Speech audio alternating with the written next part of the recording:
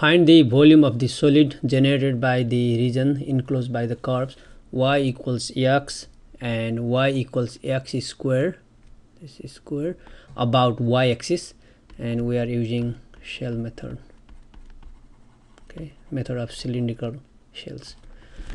In this case, in each case first we want to graph the curves. So let's graph. This is the vertical axis y and horizontal axis x, y equals x, the identity line passing through the origin, so y equals x and y equals x square, that is just a parabola, so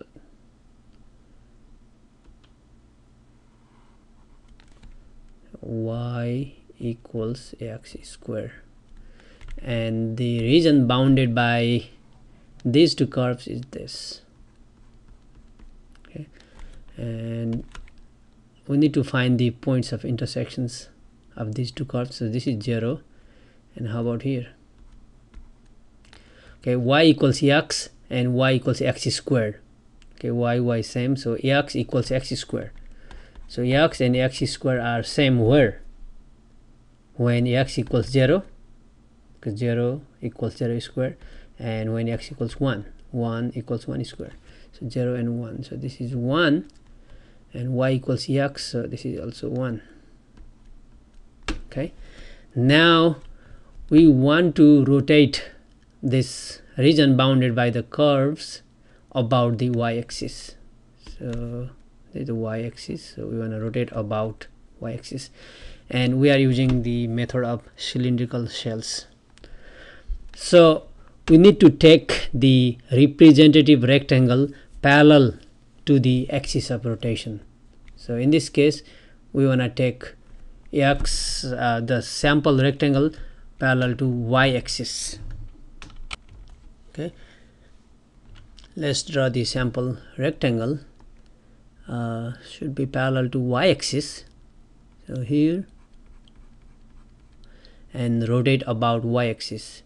So when we rotate this small rectangle, let me use maybe different color here, this width will be on the x-axis and on horizontal axis, so delta x, small width of this is delta x. That means the volume formula will be in terms of x. Okay, the volume formula will be in terms of x because it has the small width, because we are drawing parallel to y-axis, so width will be on x-axis or horizontal direction dx, and all we need is the, when we rotate that region about the y-axis, we'll have a cylindrical shell and find the area.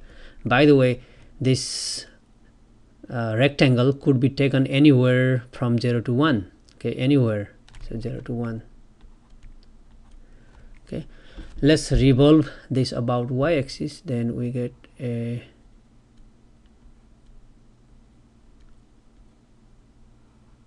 okay, it's not that good, but let me draw over here is the top, that's on the bottom, we have y-axis, and here's the x-axis.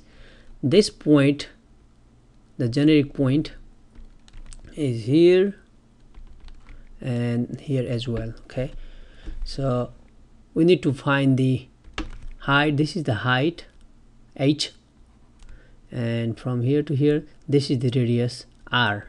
To find the surface area is given by 2 pi r h, which is 2 pi radius. So this is horizontal direction. So from x-axis to get to this sample, I'm writing in now in white color, here to here, that's the x direction, so that's the x, and this is the, now we need to find the height. So this height, the bottom curve is y equals x square. Always this vertical direction is y, bottom one is x square. So we have this situation, y equals x curve, and y equals bad drawing.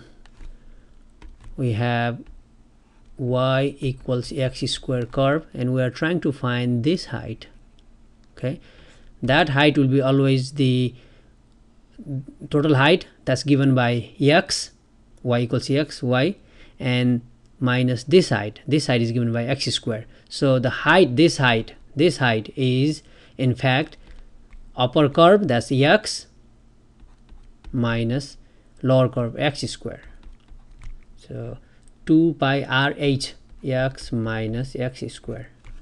Okay, now done. Once we figure out the radius and height of the cylindrical cell, all we have to do is use this formula and find the volume. Then the volume is given by 0 to 1. The area we just found is 2 pi x times x minus x square dx.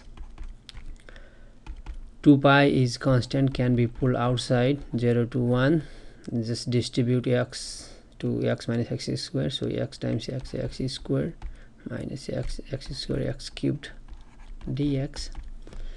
2 pi outside, antiderivative of x square is x3 over 3, antiderivative of x cube is x4 over 4, and we are evaluating from 0 to 1.